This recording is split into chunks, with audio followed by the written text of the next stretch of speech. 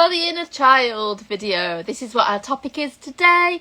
As I come on live, I'm going to be making some art for my own inner child and talking to you about what that might mean for you.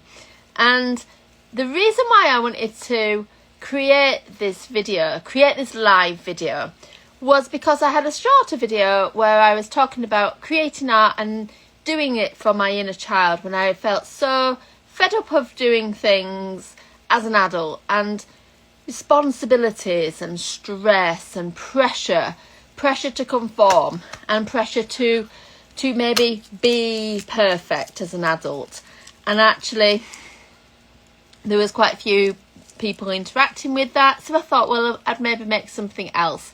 And sometimes I have people speaking to me about art therapy and creativity and art, and they might say, well, actually I'd like to do some art but I don't really know where to start, or I'd like to make some art but I feel a bit silly because I'm not very good at drawing, or I'm not very good at deciding what colours to do, or I'm not sure how it might look in the end. And actually what I would kind of think about and encourage from you is to be able to just start, to not you might feel pressure and you might feel uncertain, but do it anyway. Do it even at times when you're maybe not feeling motivated or not feeling sure exactly what you're going to do. And sometimes one of the myths about art therapy and creativity is that children can create something like without worrying at all. And sometimes that is true. You do have a lot of children, particularly like there are young children, who would create something and they would be creating something from their heart. They would maybe not have inhibitions about what they're making, and maybe create something that is just spontaneous, that is instant, that is coming out like from a place of truth and wholeness. And actually, as adults, when we look back at those times and maybe reflect on our lives and a time in our life when we might have felt freer and more ready to create and ready to just show up and be ourselves, like unconditionally be ourselves. And we might look back at that and think, actually, why is it that I can't do that now? And there's maybe like a silver lining looking back at those times, because not everybody would have that experience. Not everybody would have felt seen or heard or safe as children. And in my line of work, working in art therapy, working in mental health arenas and sectors and community settings, and where there's been lots of challenging early life experiences, a lot of those children then grow up to be adults who might not feel seen and might struggle to actually express themselves. So when it comes to then making art for your inner child, what that would mean is really thinking about what the inner child is for you. And one thing I want to speak to you about is how it can feel sometimes that there's the adult version of ourselves and then there's a child version of ourselves, and that's completely separate. But actually sometimes it can feel really separate, but actually it's more connected, and it's more parts of us that show up in different ways. So if you were to name a part of you as the inner child and think about, like, what is it that part of me wants in this situation? If you were being an adult, being your higher self, for instance, and positioning yourself as a parent to your own inner child and nurturing your inner child, part of you that might not feel safe or seen or heard or able to express yourself. And with that in mind, it might be that your individual experiences could be unpicked in this sort of way. So one way to think about this is to think, okay, well, say if you're struggling to start making art, there may be a time when you're thinking, why is it that I'm starting to worry about making art? Is it some sort of judgment? Am I concerned that maybe I'll be ridiculed, or there's a desire, a feeling that I don't want to feel, that I worry about might happen when I start to make art, when I speak my mind, when I act in a way that feels aligned with me and what I want to do, aligned with my values as an adult, as a human, as a woman, that I want to do. But then when I have that fear of maybe showing up fully, I then have to ask myself, what is it that's going on really inside for me?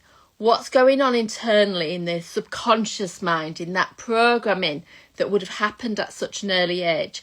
And are there moments that where I may have first experienced that fear of judgment, that fear of disconnect, or that fear of ridicule and maybe abandonment, and fear that if I show up and if I express myself fully, then this and this might happen?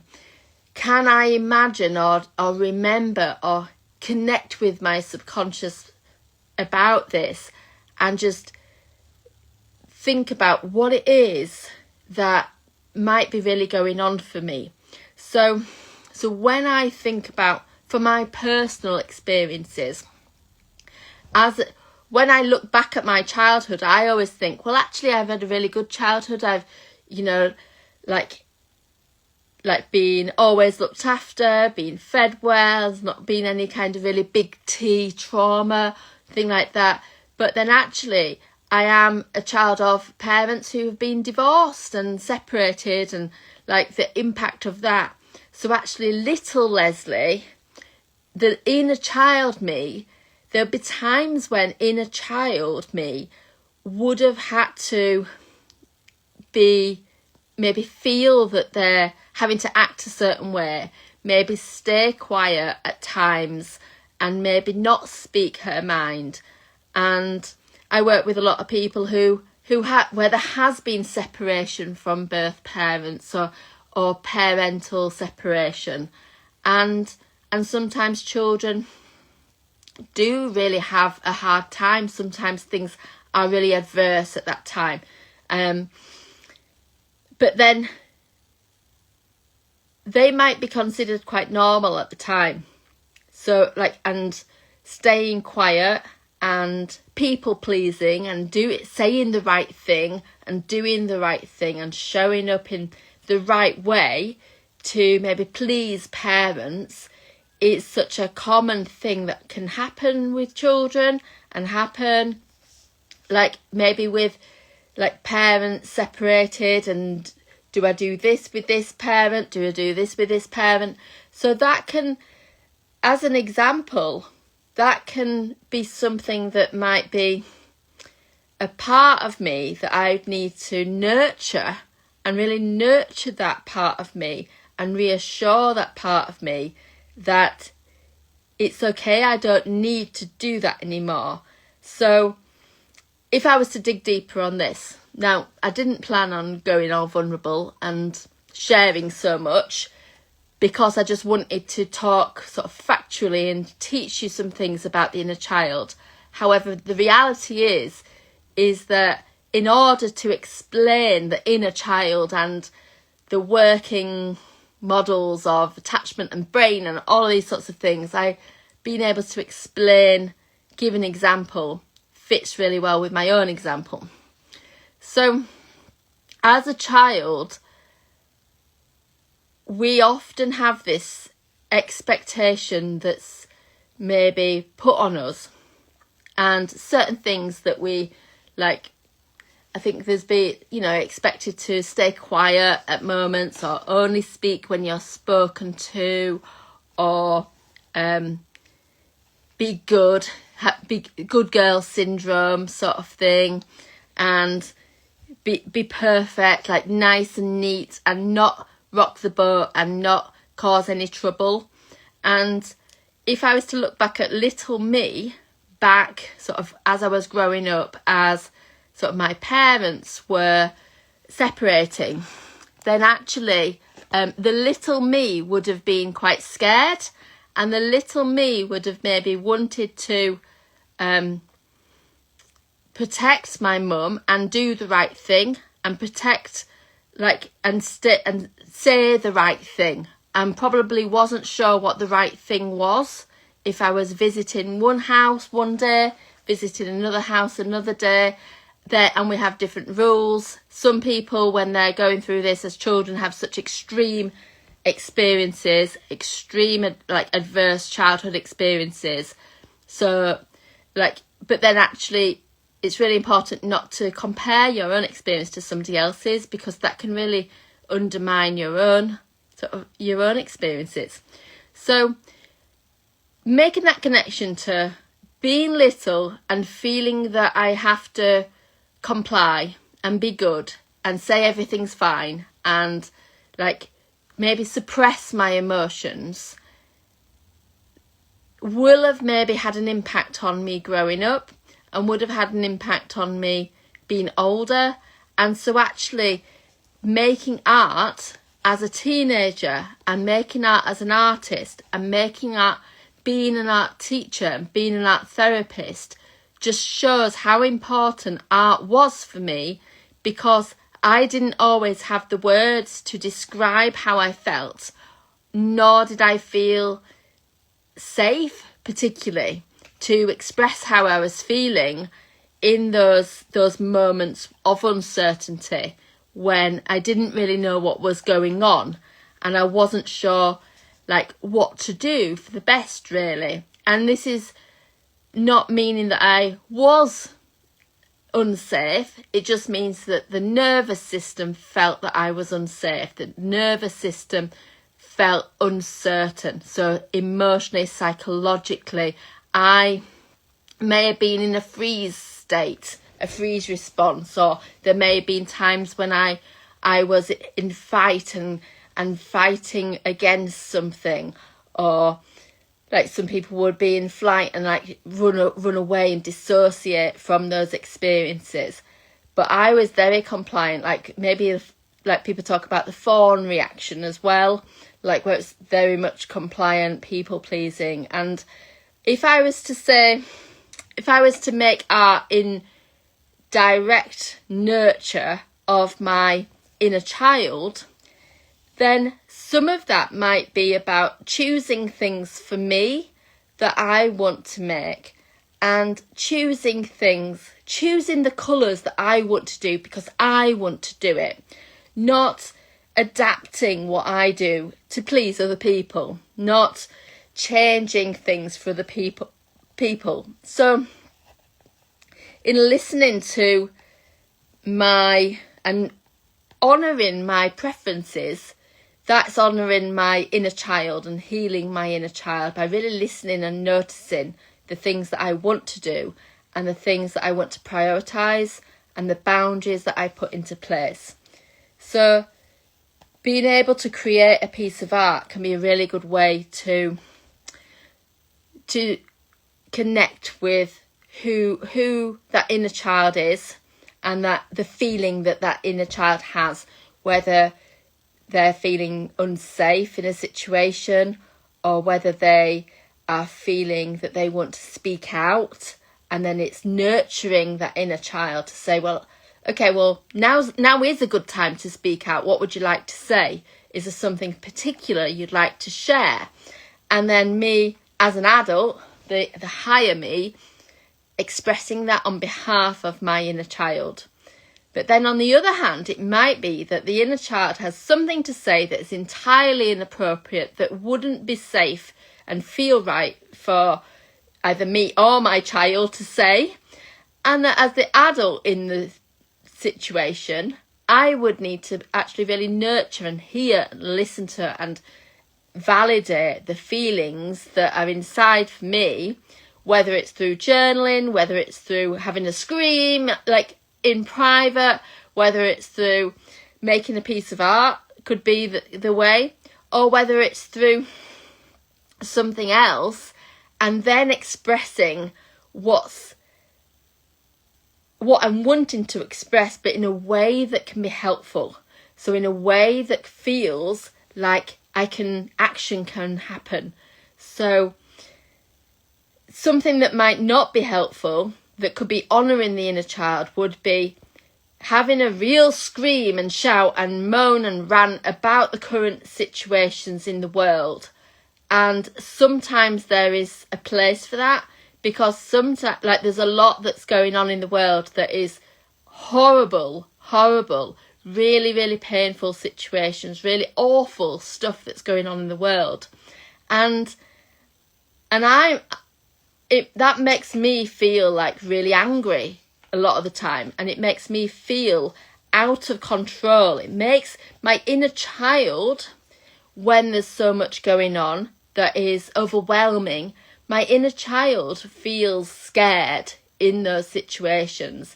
And the adult some of those things are scary anyway, but my inner child wouldn't know what to do or to say. But then it's up to me as an adult to regulate my emotions, so that we can then express ourselves about this and connect with people and empathise with other people. So actually, something that's really important with this is that balance between expression and that cathartic expression and communication.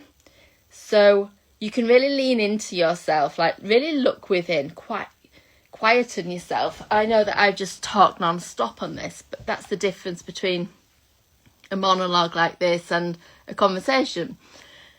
But really quieten the mind and really think, what is it that the inner child is trying to say? Is the inner child just wanting to play? Are you wanting to just switch off from all the stress in life and take time to play? In which case, allow yourself to play. In fact, do it for yourself, for your adult. You don't need to wait and justify it by saying that you're doing it for you, making art for your inner child. Do it for you, so that you feel safe, and that actually that part of you that feels wobbly or stressed or overwhelmed or under pressure and just wants to play can be allowed to play for a little while, can be allowed to do that before we then say, well, actually, hang on a minute, we now need to go and wash up. We have to go and do the jobs now, Leslie. We have to go back and do the adulting things. And I don't know anybody, really, who fully understands how this might be for them. Because we often talk about the sort of inner world and the outer world, the inner child, ourselves as an adult, the sense of self, and the subconscious mind as well as the conscious mind. And all of these things end up having us stuck in our head when we're thinking cognitively about them. We might be thinking about the brain and thinking about the nervous system or thinking about the body. But when we actually allow ourselves to feel and be present and create and make something, rather than, even if it doesn't make sense, create something regardless of knowing what it's going to look like in the end, that's when the healing can happen, one bit at a time. Because we're not trying to fix things. We're allowing ourselves to just be. So, my inner child in this video, part of my inner child is now feeling unsure of whether I've communicated correctly and feeling a fear of judgment for that, worrying about whether I've said the right things. However, acknowledging that and naming that and saying it's okay, because what we're doing is exploring this. We're learning in public. We're talking about this in front of people, even though we don't know all the answers. And it's safe to do that because we're feeling safe because we're making art at the same time. And we're here just to explore this. The intention isn't to have all the answers perfectly formed in your head, perfectly scripted, perfectly aligned, but it's to be able to express something. And being able to express something and say some words, all jumbled, all messy, regardless of whether it's understood fully, is the equivalent of a toddler, my inner child, screaming and shouting and saying loads of jumbled words, and just that happening because it feels necessary. It feels important to get something out in the open.